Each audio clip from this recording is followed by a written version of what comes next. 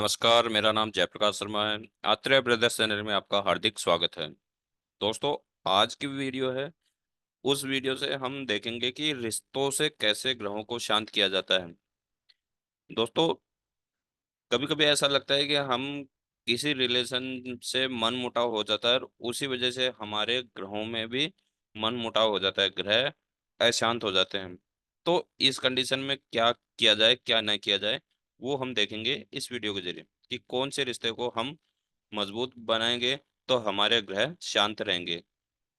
तो आइए स्टार्ट करते हैं। स्टार्ट करने से पहले मैं आपको जो कुंडली का जो बेसिक चार्ट था, जिसमें कि कौन सा भाव क्या चीज प्रेजेंट करता है, वो चीज देखते हैं। उसके बाद फिर देखते हैं कि कौन से ग्रह को शांत करने के लिए कौन से रिलेशन को मजबूत बनाना होगा। तो आइए स्टार्ट करते हैं। दोस्तों, पहले नंबर भाव से इंसान का चरित्र देखा जाता है कि इंसान किस तरीके का है, उसका व्यवहार कैसा है। तो पहले भाव से व्यक्ति का किसी भी जो जन्म कुंडली जिसकी है, उसका चरित्र देख लिया जाता है कि वो किस तरीके का है। दूसरे भाव में मैंने बताया था कुटुंब। ठीक, यहाँ से हम कुटुंब देख सकते हैं। कुटुंब में होता है कि आप, आपके वाइफ और बच्चे, ये सब कुटुंब होता है। इस कुटुंब को भी हम देख सकते हैं। इसी के साथ साथ दूसरे भाव से हम परिवार, उन पड़ोसी भी देख सकते हैं कि आपके पड़ोसी कैसे हैं। पड़ोसी की भी स्टडी हम कर सकते हैं। तीसरे भाव की हमने बात की थी कि तीसरे भाव से हम बात करते हैं कि छोटे भाई बहनों की स्टडी कर सकते हैं कि छोटे भाई बहन किस तरीके के हैं, उनसे आपकी किस तरीके का व्यवहार रहेगा। ठीक। चौथे भाव से कि आप अपने माँ से किस तरीके का बर्ताव रखोगे। तो यहाँ से माँ और आपके बीच में जो स्टेट ये कर सकते हैं कि माँ से आपका कितना प्रेम रहेगा, कितना नहीं, वो चीजें आप देख सकते हैं। पांचवें भाव से हम देखते हैं कि लव अफेयर या संतान या दिमाग या गर्भाशय, इस तरीके की चीजें हम पांचवें भाव से देखे जा सकते हैं। 6, 8 और 12, यहाँ से हम देखते हैं जो रिलेशन में है, जैसे फूफा, बुआ, चाचा, चाची, इस तरीके के रिलेशन को हम देखते हैं 6, 8, 12 के भाव से। ठीक। 7 नंबर भाव से हम देखते हैं लाइफ पार्टनर के बारे में कि लाइफ पार्टनर का व्यवहार किस तरीके का है, उसकी स्टडी हम कर सकते हैं। ठीक। 9 नंबर भाव जिसको हम बोलते हैं पिता का भाव, यहाँ से हमारे पिता से किस तरीके की मतलब वो रहेगा, पिता से हमारा प्रेम कितना रहेगा, कितना नहीं रहेगा, वो हम 9वें भाव से देख सकते हैं। साथ ही हम भाग्य भी देख सकते हैं कि हमारा भाग्य उज्जवल कब होगा। यहाँ बात करते हैं 10 नंबर भाव। 10 नंबर भाव से हम पहले देखते थे प्रोफेशन कि हम किस तरीके का प्रोफेशन हम कर सकते हैं। साथ ही यहाँ से हम भाभी का भी स्टडी हम कर सकते हैं यहाँ से कि आपके जो भाभी है, बड़े भाई की जो वाइफ है, उसका भी हम स्टडी यहीं से कर सकते हैं। ठीक। उसके बाद बात करते हैं 11वें भाव में। 11वें भाव की यहाँ इसका कनेक्शन होता है 10 नंबर भाव से कि 10 नंबर भाव में जो प्रोफेशन कर रहा है, उसका रिजल्ट जो मिलता है वो 11वें भाव से देखा जाता है।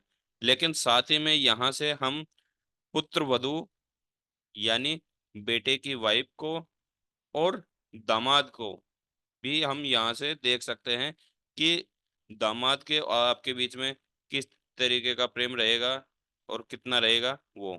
ऐसे ही पुत्र वधु का भी आप यहाँ से देख सकते हैं। ठीक। उसके बाद ये हो गया आपका कुंडली चार्ट का कि कुंडली चार्ट में कौन से भाव से हम किस तरीके की रिश्तों का वो देख सकते हैं कि उनसे हमारा रिलेशन किस तरीके का रहेगा, कितना प्रेम रहेगा, कितना नहीं रहेगा। अब बात करते हैं कि ग्रहों को भी इसी कुंडली के अकॉर्डिंग देखें कि कौन सा ग्रह किस चीज को दर्शाता है, कौन से रिलेशन को दर्शाता है और कौन से रिलेशन को मजबूत बनाने से कौन सा ग्रह शांत होता है। तो वो भी हम स्टेप बाय स्टेप देखते हैं। तो सबसे पहले हम देखते हैं सूर्य।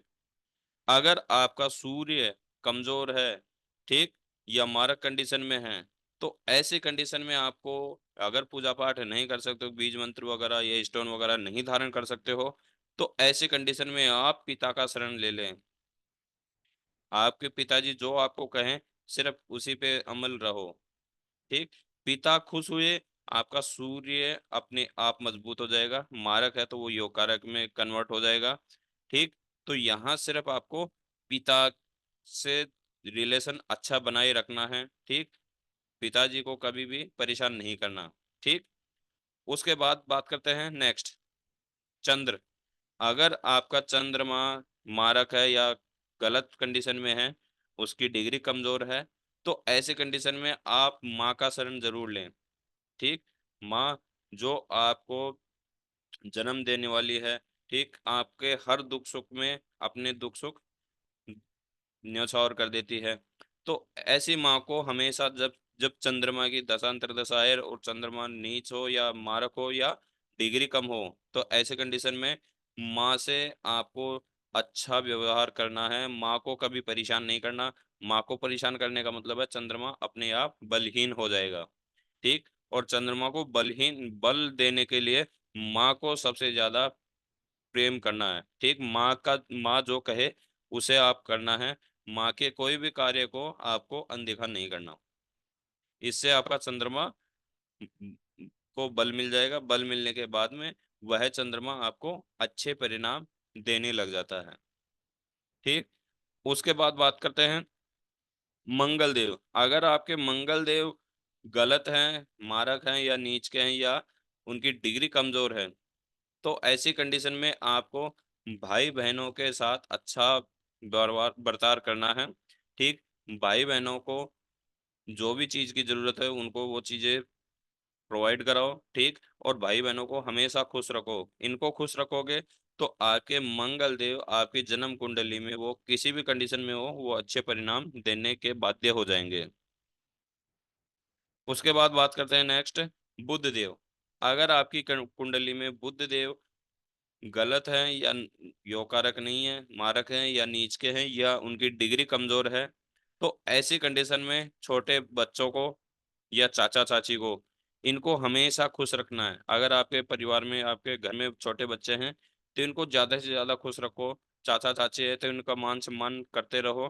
तो इससे क्या है कि आपके बुद्ध देव मजबूत हो जाते हैं और मजबूत होने के बाद इनसे जो गलत परिणाम मिल रहे थे वो अच्छे परिणाम में कन्वर्ट हो जाएंगे।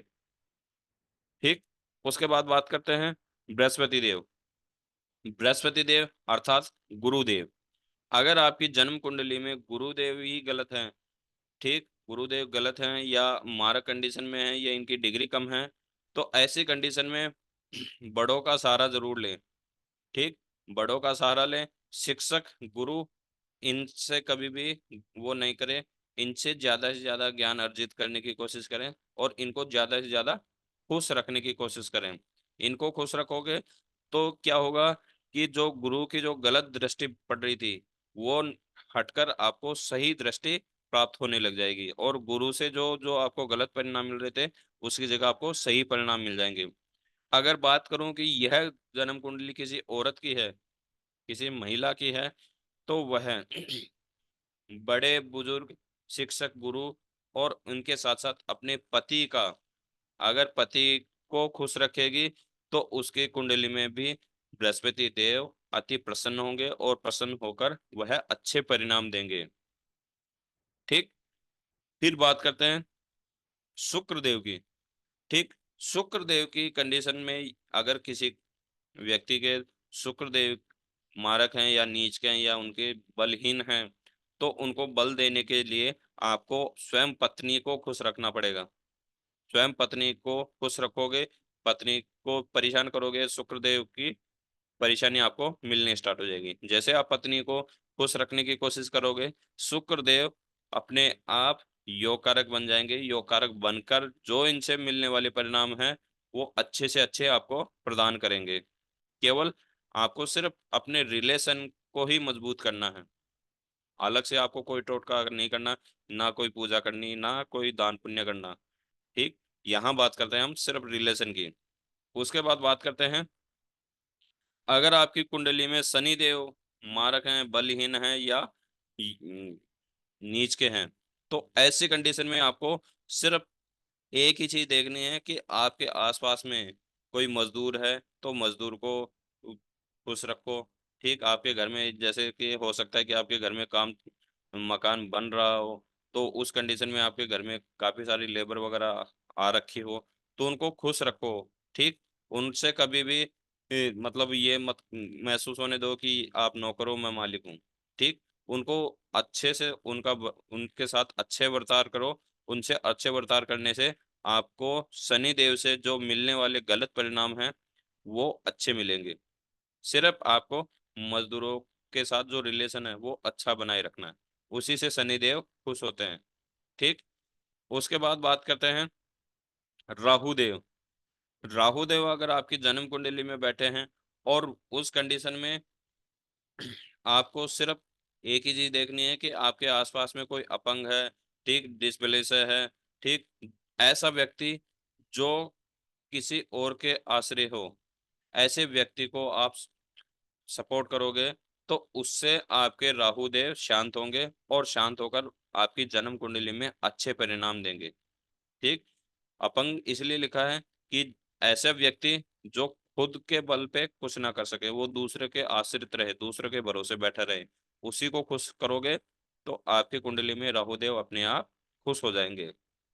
ठीक, अगर आपकी कुंडली में केतु देव भी गलत हैं, ठीक, तो ऐसी कंडीशन में आपको बड़े बुजुर्गों को सहारा लेना है, शिक्षक गुरु, इनसे आपको अच्छे बनाए रखना है। साथ ही ऐसी कंडीशन में आपको ऐसी बुक, ऐसी ग्रंथ आपको पढ़ने चाहिए जिससे आपको मोक्ष की प्राप्ति होती है। जैसे कि बात करते हैं श्रीमद् भागवत गीता, ऐसे बहुत से महाकाव्य हैं, ग्रंथ हैं, उनका आप शरण लोगे तो उसकी कंडीशन में भी केतुदेव अपने गलत परिणाम को रोककर अच्छे परिणाम देते हैं। तो दोस्तों ऐसे ही 9 ग्रह हैं हमारी जन्म कुंडली में, जिनको रिलेशन में बांट दिया गया है कि इस रिलेशन से यह ग्रह शांत हो जाता है। तो ऐसी कंडीशन में हमें सिर्फ ये देखना है कि हमारा कौन सा ग्रह कमजोर पड़ रहा है, तो उसी के अनुसार उसी रिलेशन को मजबूत बनाए रखना है।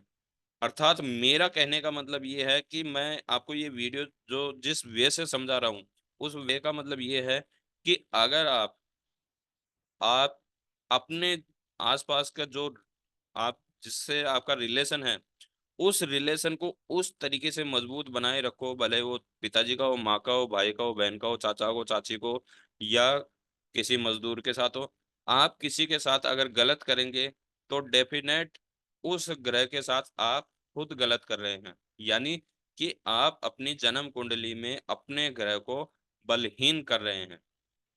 तो मेरा सबसे कहने का मतलब ये है कि अगर आपको अपनी जन्म कुंडली में सभी ग्रहों को योग कारक बनाए रखना है और उनसे अच्छे परिणाम लेना है, तो जितने आपके रिलेशन हैं उनसे आपको हमेशा गुडविल बनाए रखनी है, जिससे कि कभी आपसे कोई नाराज नहीं होगा, तो कोई भी ग्रह आपका गलत काम नहीं करेगा।